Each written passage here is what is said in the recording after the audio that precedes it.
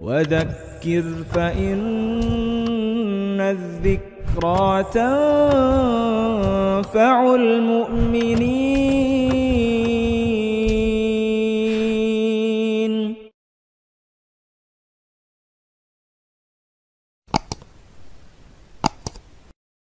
تو بہرحال بہترین بیوی وہ ہے کہ جب تم اس کی جانب دیکھو تو وہ اپنی صورت اور سیرت سے خوش کر دے، حکم دو وہ تمہارا کہنا مانے،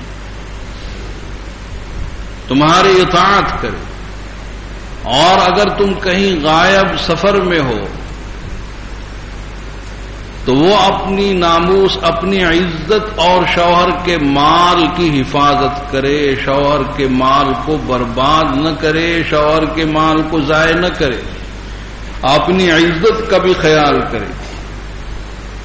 تو وہ اپنی ناموس کی حفاظت کرے، شوہر کے مال کی حفاظت کرے، وہ ہے صحیح بیوی۔ اور حدیث میں آیا ہے کہ جس عورت کا انتقال ہو، جس عورت کا انتقال ہو رہا ہے اور اس کا شوہر اس سے راضی ہے، تو وہ جنت کے جس دروازے سے داخل ہونا چاہے داخل ہو جائے۔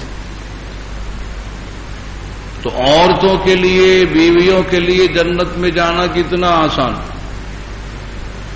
کہ اس کا انتقال ہو رہا ہے اور اس کا شوہر اس سے راضی ہے، تو وہ جنت کے جس دروازے سے داخل ہونا چاہے داخل ہو جائے۔ جنت کے 8 دروازے ہیں اور سب اس کے لیے کھلے، جس دروازے سے جانا چاہے جا سکتے۔